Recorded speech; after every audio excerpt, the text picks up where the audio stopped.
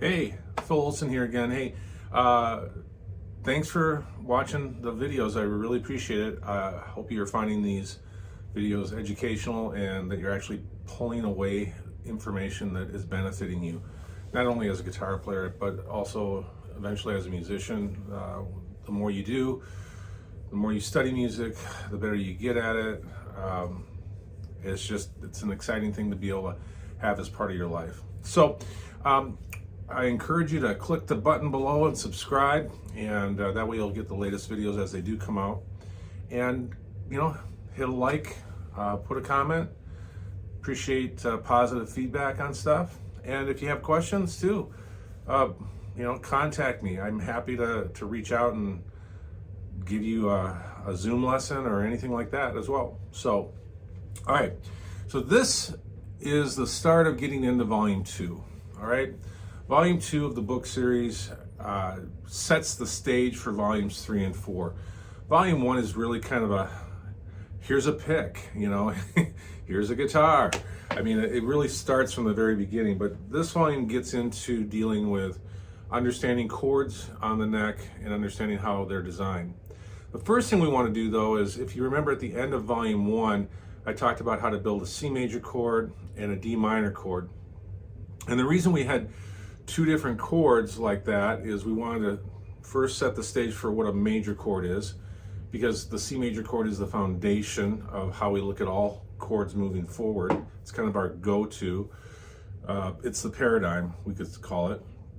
And then we built the minor chord. And when we built the minor chord, we talked about how the formula was different, in that the original C major chord had C, E, and G, and it was a root 3/5, just good old numbers, regular letters, no sharps, no flats.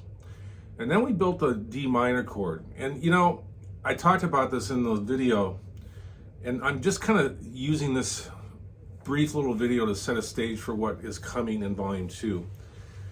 I really believe in making things as simple as possible. And I remember when I was in college how when they built chords, first they built the C major chord, and then they built the C minor chord. And I'm not saying there's anything wrong with that. That's totally fine.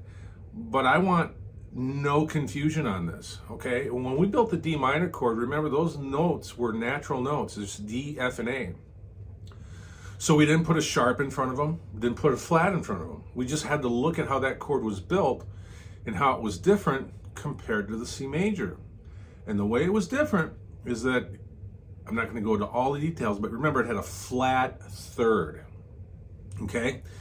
And we didn't put a flat in front of the note to make it a flat third. It just naturally became that because of how those notes relate to each other. Well, in this future section, Volume 2, we're going to talk a lot about more kind of chord theory and getting a handle on that with major and minor chord shapes.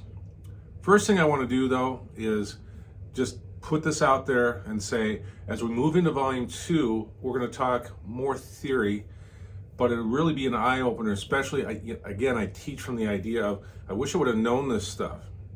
Now, are there other methods out there that don't go into all this detail? Yeah. Are they good? Yeah. I'm not saying this is the best. I'm just saying this is a different take on getting an insight on the guitar. And once you get this insight, it really does make a difference on how you see the guitar and the things that you feel like you can start to attempt to do. Knowledge is a huge thing nowadays. The ability for you to get stuff on the internet is insane, the amount of knowledge that you can get. It wasn't like that when I was growing up. I know I'm dating myself, but I grew up before the internet, okay? I'm 57, all right?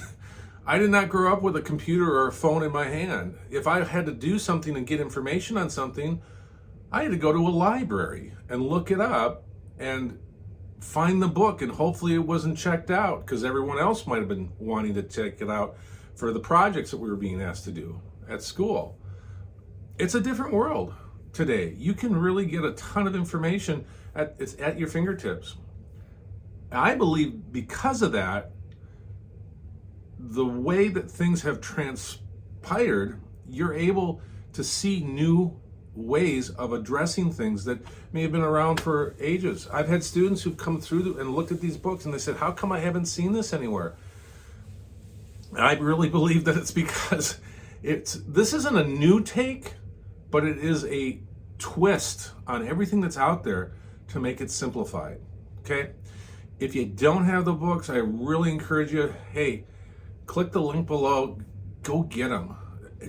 Talk about saving time and understanding how music is put together on your instrument. And you don't have to be a great reader of music to understand music theory. In fact, there are some people out there that can't read a lick of music, but they understand theory so well that they are the savants of their instrument, especially guitar players. There's an old joke: how do you shut up a guitar player? Put music in front of them. Okay? For every joke, there's some truth to that. Am I saying that if you want to become a great guitar player, you have to read music? Absolutely not. Does it help? Sure. But it doesn't have to hinder you. And that's what this series is about. It teaches you theory to the point where you know your instrument way better than someone who can just read music, but they don't even know theory. I've seen a lot of people come through that, well, I shouldn't say a lot. I've seen some people come through who can read music. They're skilled at reading it. They don't know anything about theory. And so they're missing the boat, because theory is the glue that shows you how to create. You can get your basic rules in order and then understand those rules about theory and then break them. Because the whole point of music is to be creative and chuck the rules of theory. But you got to know them before you can break them.